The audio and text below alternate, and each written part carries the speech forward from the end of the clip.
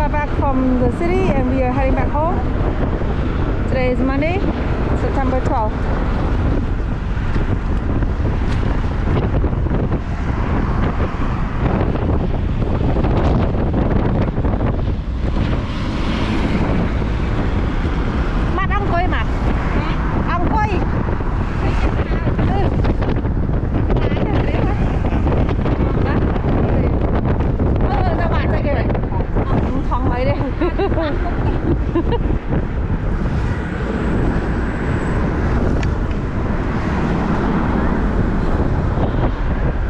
It did rain a little bit, but I was inside, so safe. Hopefully it's not gonna rain.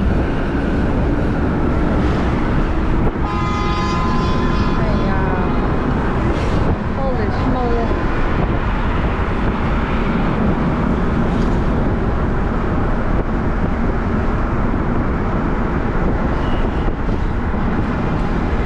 Phải chốc kiên xoay. Tinh ấy nhầm. Kiên xoay.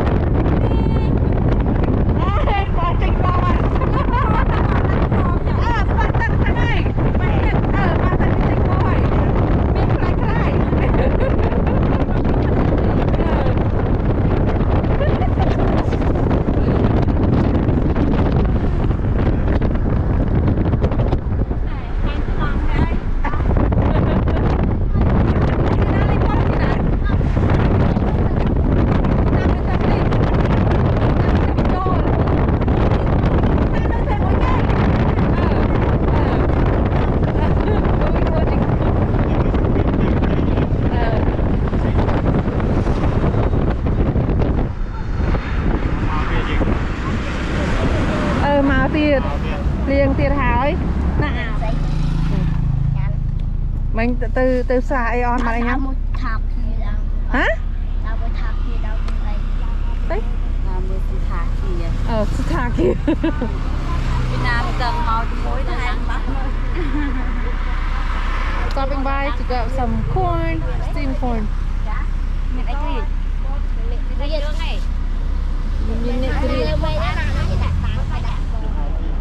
Tính bộสบายđây tôi coi cà thì rồi đây nè chụp bó lên nè nè chụp bó lên nè chụp bó đấy nè lên bó lên lên mặt crop đi đấy hả không tay cao sao nè lên sang một tia đấy ở đây đây con là cà này.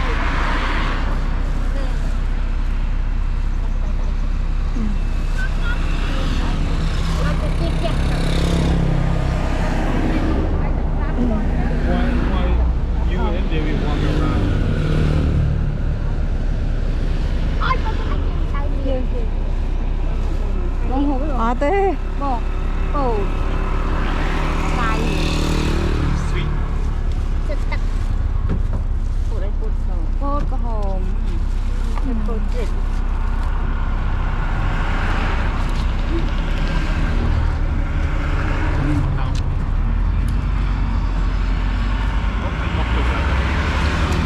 Careful, can you like lean back? You're freaking me out. You look way too lean. You're way too close to the edge here. Nah, nhắm nè. Five quarter. No.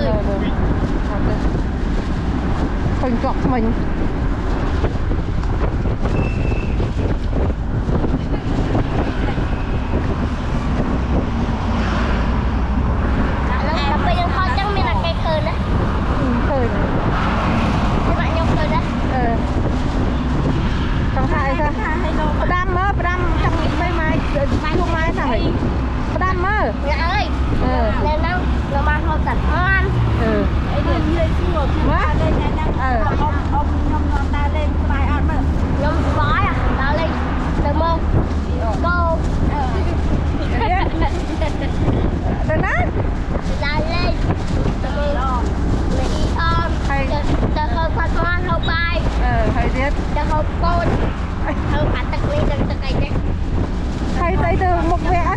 ô say nhâm tình yêu xa ô say hay muốn mong từ đâu nè bác từ đâu nè từ đâu nè quạt nông ấy quạt nông thôi có ta cha với cha phải đặt được bài nào bóng ô nơi còn bài kinh nơ quạt bài kinh nơ quạt bài kinh nơ quạt đâu thời kinh quạt là bài quạt vừaจะการlời luôn ôi sợ Sáng bọc tham tiết đang sắp lúc này nhé. Cái sợ thật bị khó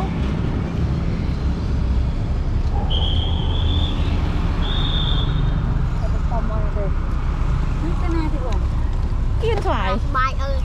Not sure this is the right place or not, but the Kiên Thoại. Cái này có dân mau mới nhỉ? À, sao vậy? Nó phải tới chào vậy nè.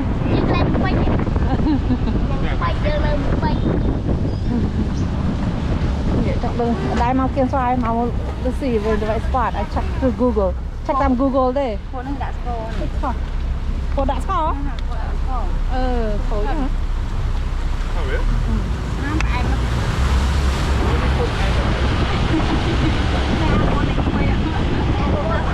តែមិនទៅem hộp từ bị đặt từ cái ly có ngào Cô nó nước bơ. Nửa Kiên Thoại. Em ăn tỉnh. Ê rồi. ta bật ăn đây Ăn tỉnh. ta bật chết Nó mình. ô ông này đây Trong từ đây. Từ thì non từ. cái rồi Đặt nông là Trong Bali. Đặt nông Còn Bali. ăn đấy. Đặt ba hàn. Sao lại làm bà nhà? nó làm bán từ đầu nó nhầm đặt chờ rồi Room near Tan Kiên Thoại. về bao nhóm What does room near Tan mean? Resort? I'm assuming. Tinh tầm hôm nè. dạ mưa Xa Kiên Thoại Krảo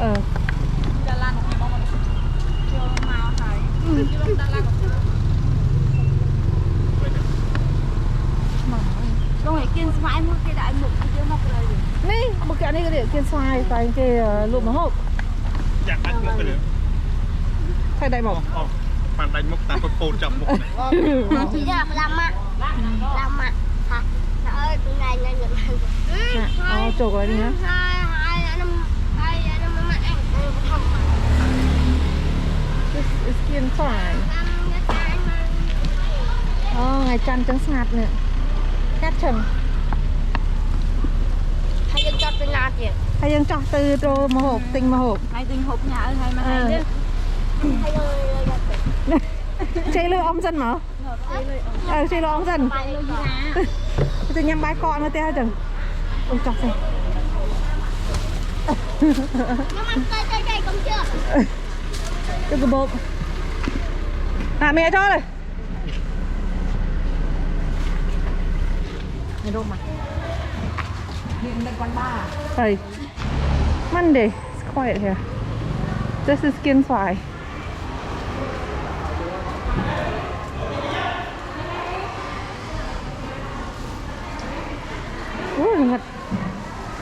It's been raining so. Một cạ thông thống này. Này nè.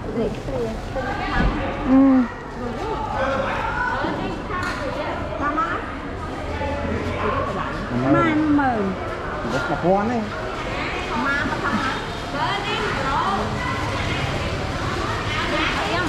tìm lại em cần không Bây giờ đã cứ sàn thôi.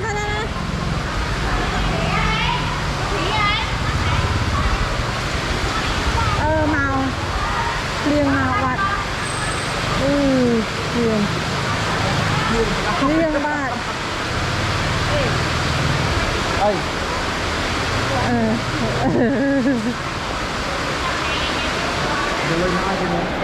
miếng nè trong tư mà trông dân trong mà tinh vô cái tem mà hả từ xem mà mau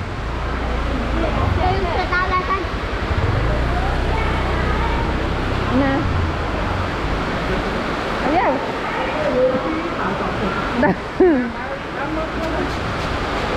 pin này vậy ôi không mặn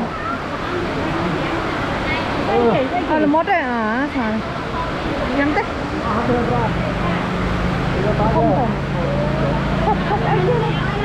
Bây giờ nào đây ra đây. Ơi mà nó bây giờ cùng giờ đây. Đó. Đây là đủ.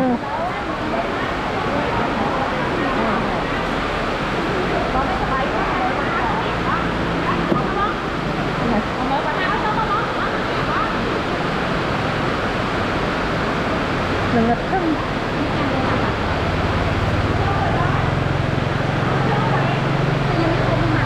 Hả? Nhắm thế vô nha, tôi ăn mà này, cái pin đi vậy, tinh tôi cái pin vô tôi nhắm tiền. Hả? Đây là phèn. Đây là phèn nãy pin phèn này. Lọ.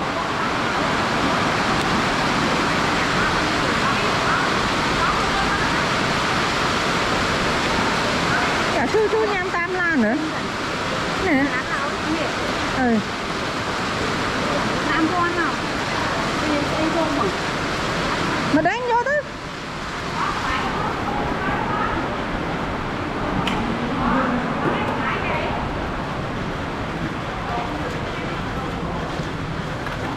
Này canh rồi.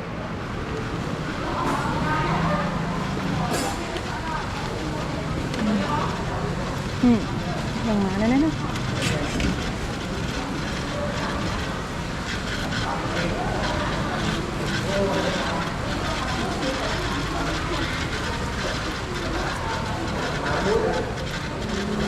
Bông trong hộp ăn này. Mình vô nó vô mà đánh ta không? À mà đánh sao nhỉ? Khai ớt. Dạ. Hả? Vô ta. Girl tasting for asking. Anh đi mua mà. Vô được không? Mình vô đó. Giá này mùi ra còn. Nông đi mà đánh ra rồi. Ở lý này chắc á. Vào trong vô tí đấy, trong vô tí vô trời. Nhắm hay rượu mà. Nó hay của anh hộp ra. Ê, cục bị. Cục bị. Đây rượu miếng á. Snap đấy nọ, miếng đây không có. Miếng đây rượu. Nó chọc riêng đây. Đây ngay chọc riêng này. Bà ăn một tóc phải thơm mà mở áo ấy. À thế. Một phong em chán nhá, mà nhắm vào sân bò. Tình. Chua bò phân bò. Tập hay. Cái gì đi? Bài thấy cái lô rồi mày bài hả? Bài vậy? Ở nhận thôi. Hỏi ta. Khai sao? Cái lỗ ta mơn phèn áo ấy. Mà Cho đi. Ông mơn đã chứ mai. Cái ní? cảm ơn. Mơn đây. Cảm ơn thua. Đây đi. Ơi. Cho đi. Chụp giả. Chụp tiệt. Hay hết. Ây da. Không lộn không sao.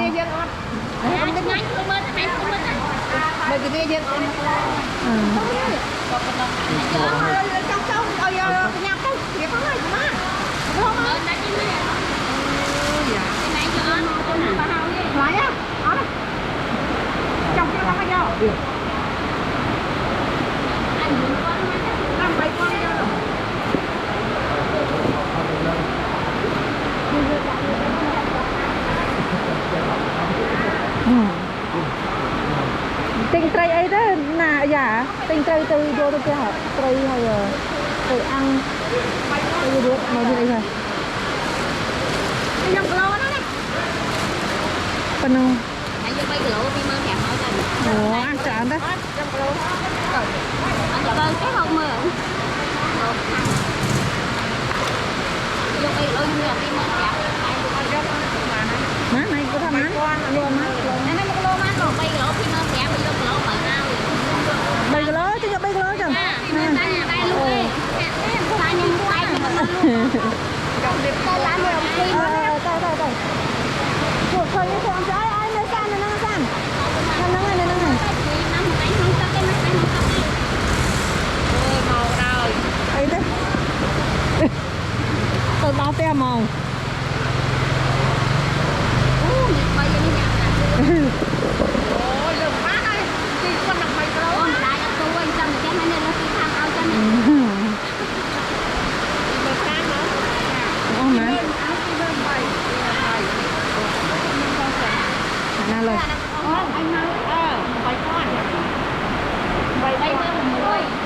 nát kia tới này. Thật cái ghế mà gộp này. Này. Còn một cái nát thi nè. Thế nào tôi mua ông thịt vào này.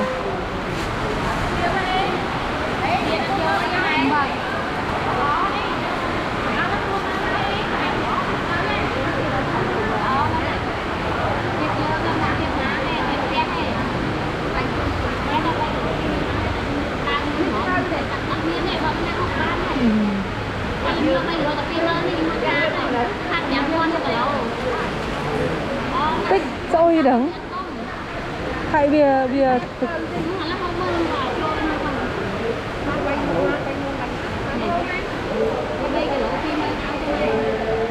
Đây được ăn người tặng pha mơ này. Mình xin anh vô đây mình con bò ăn được. Mặn xạ mà. Mình ăn free tại mình tự lôi nè.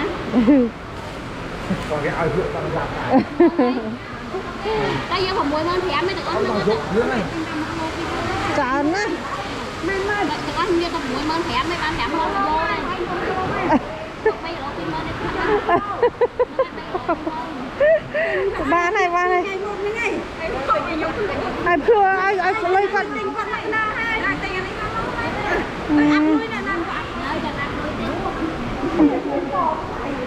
Đây mơn thủ muối mà mèo con này ôm một con nó. Ê, Như này. nào mà còn. Mấy am hát bay mơn muối. Này am men nó còn rồi. Đấy. Này. Như này ở đây bây mơn muối buôn mơn. Em mơn am này. Ra không. Liền. Mà tiết. We'll be going home in this pouring rain. You do wanna try one and walk around?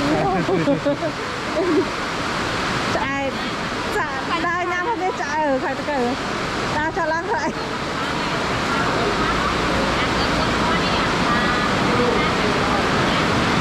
Ô màu Việt Liên hai cái nè.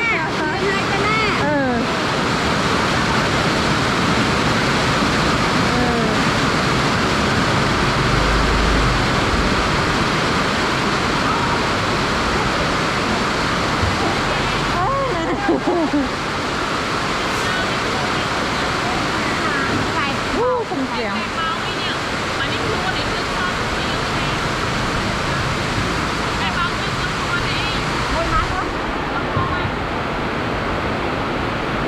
$1 per stick. Deep fried, stuffed frog. $1 per stick. It's raining.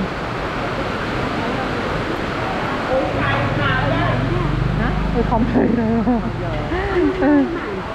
Buồn mà đi, buồn con. Đâu?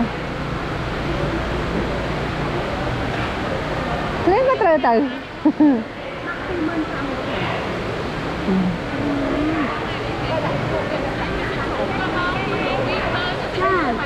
Kopi man san tôi đã đạp.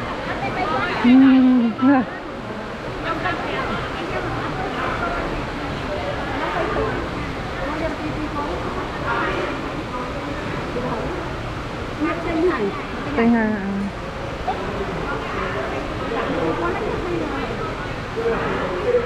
Bên đấy rồi ngành tốt nữa.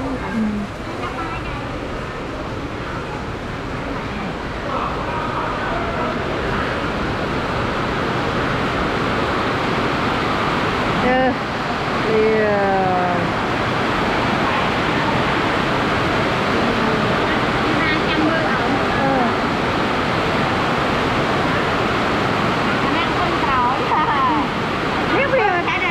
Hả? Chắc là ngày có thể sao ấy?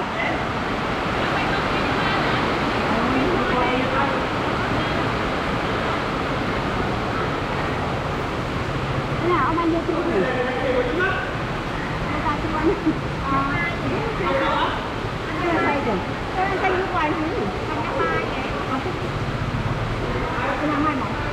Nó không làm. Hả? Thế mới mày. Mà.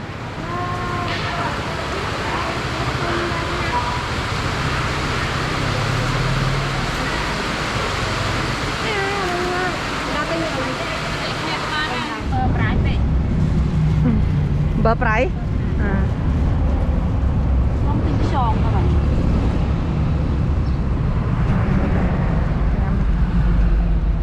fried bread fish patty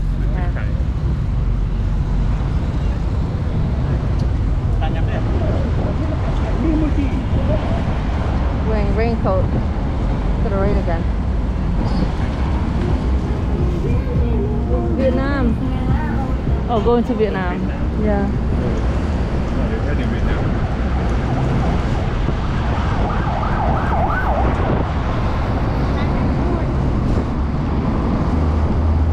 another one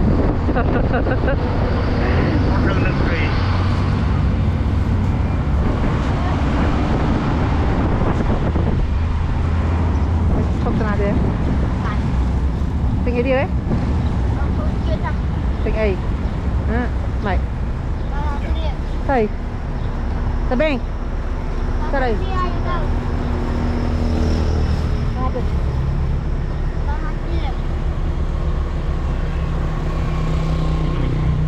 mày thầy này Ngay nhỉ?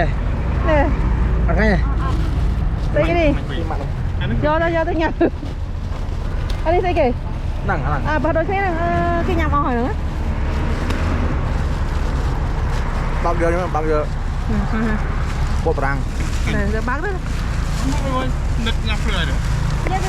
bà stop he stop halfway just to grab food xì mà trái ra cho mình bao tiền nhà năng Khác rồi vô mắt vô năng tử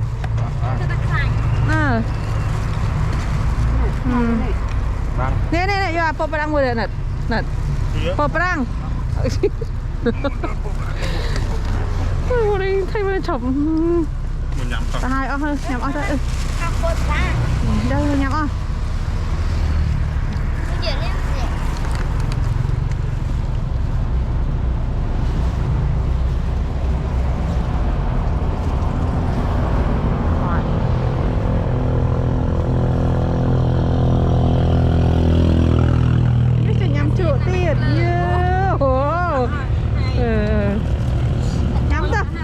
สบายออดซ่านไอ้ยาทำไมไอ้ยาnhà mày ở nhà mơ con nhà mơ sao hết thôi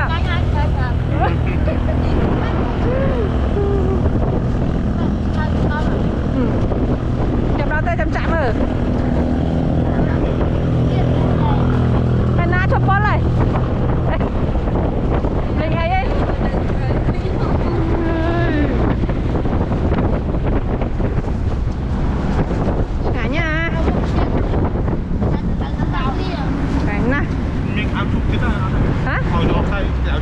I get it.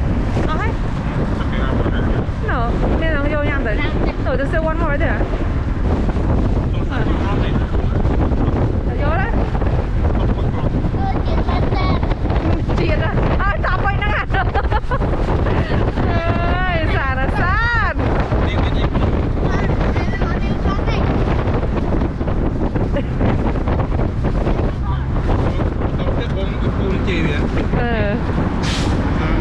Đã tới mà nhà xưa na mòn phong à tình nòm phong mòn phong à xin nhám à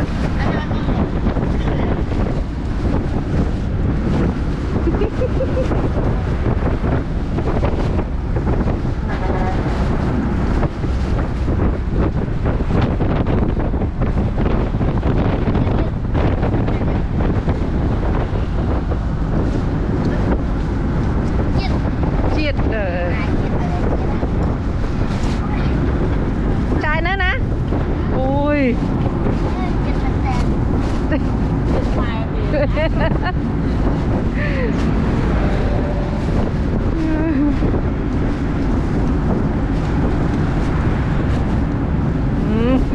hả nhá dạy cái tê màu đòn này tạm phiêng ấy là tạm miếng phiêng này bật tí liêng sao nó thải liêng ấy lại just clean your shirt or this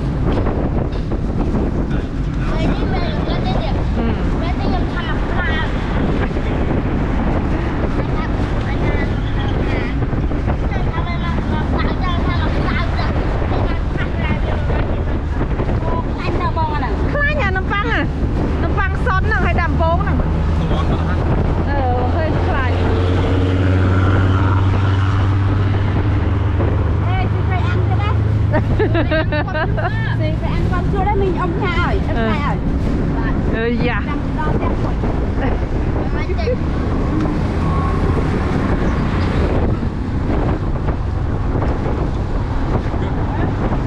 good cứ vô chạy ra chợ.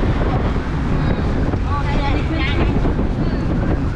hả xa nhở xa nhỉ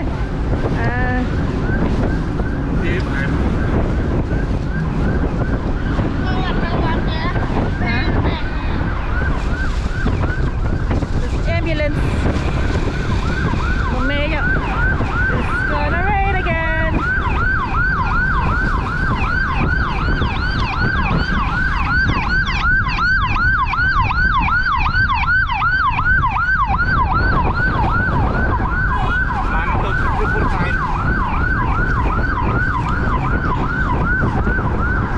heading to Nat Lương, past the bridge and going to the site. About another hour and a half, I would say 2 hours to get home.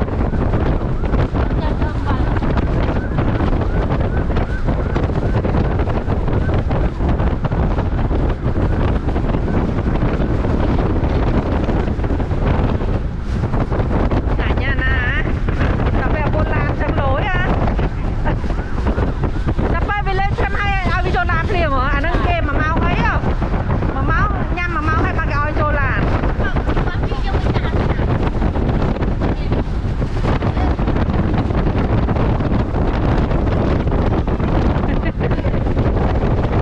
Có cục trong một kia.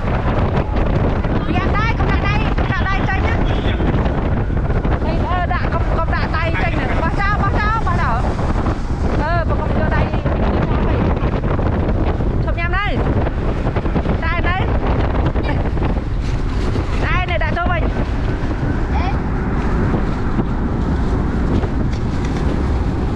Không cho mình à.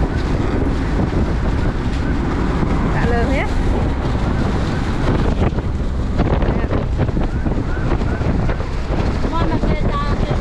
Hả?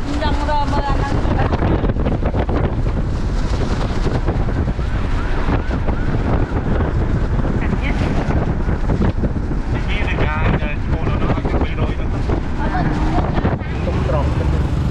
Đó này, dạ. Đi đó nè, xài. Xa. Nè. Đúng này. Anh đi phụ mấy ghế á, xa. Xa. Mơ giật. Mơ xò. I have no idea where we are, but we're going towards Nat Lương, so. Yeah, kind of. Just one decided to tag along. Tao đang đưa. Đi.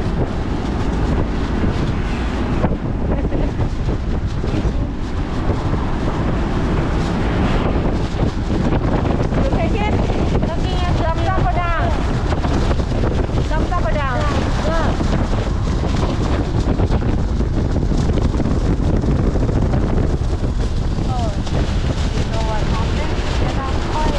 Again? Dira Pao? Oh, Sok Kien Swai. That's where we are.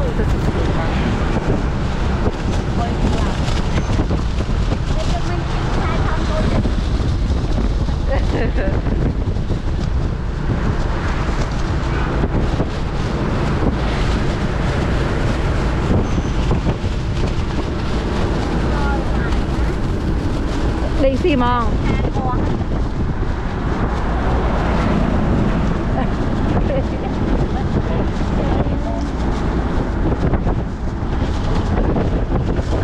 How you feeling, bro? Ken, how you feeling? Good. Yeah? Yeah. Không, bây giờ Ken đã phải cốm rất sẵn hà rồi Ken. Ken sẵn hà hả? Hả? Sẵn hà, Đừng có ai sẵn hà kìa nó.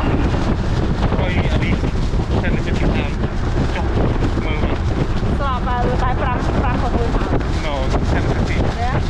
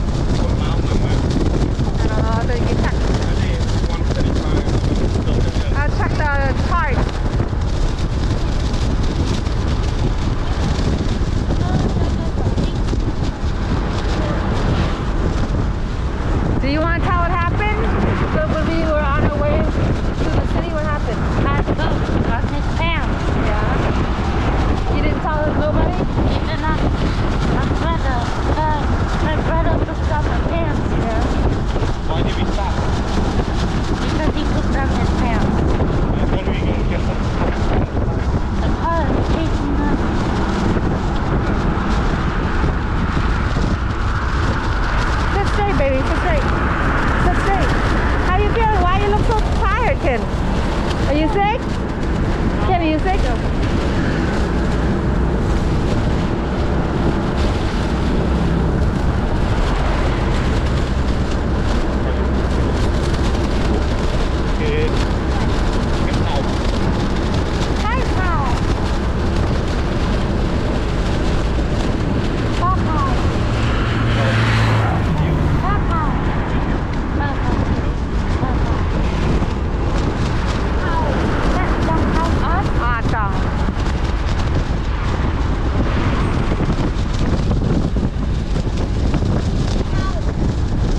We got stuck at the Choi Sang Va Bridge, right? Like that area for almost 2 hours. Crazy. This morning, we left the house, I'm saying. We left the house around 6. We didn't get to the city until like 9:30. So a good 3-hour drive. 3.5-hour drive. Crazy.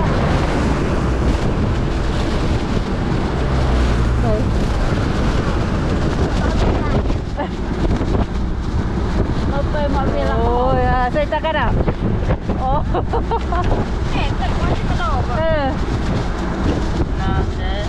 Alah.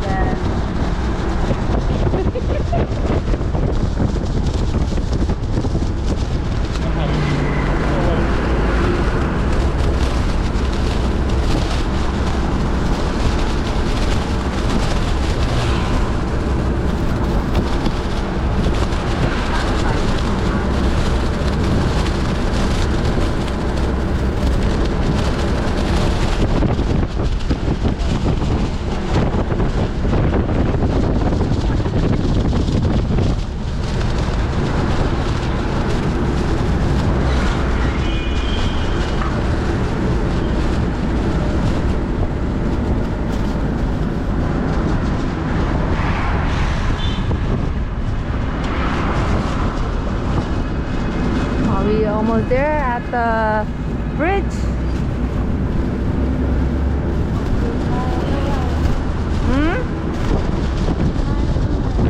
What do you say? It's 20 miles away. You know 20 miles?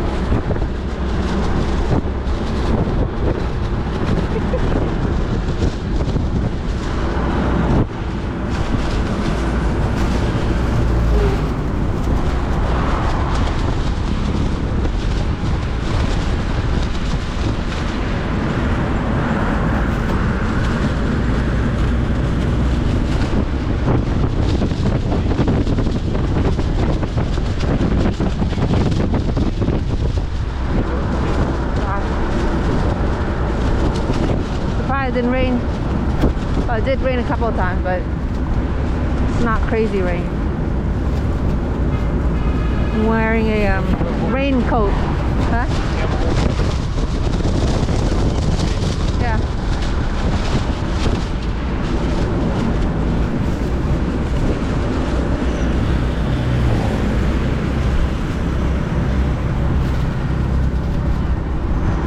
Oh, look at this car.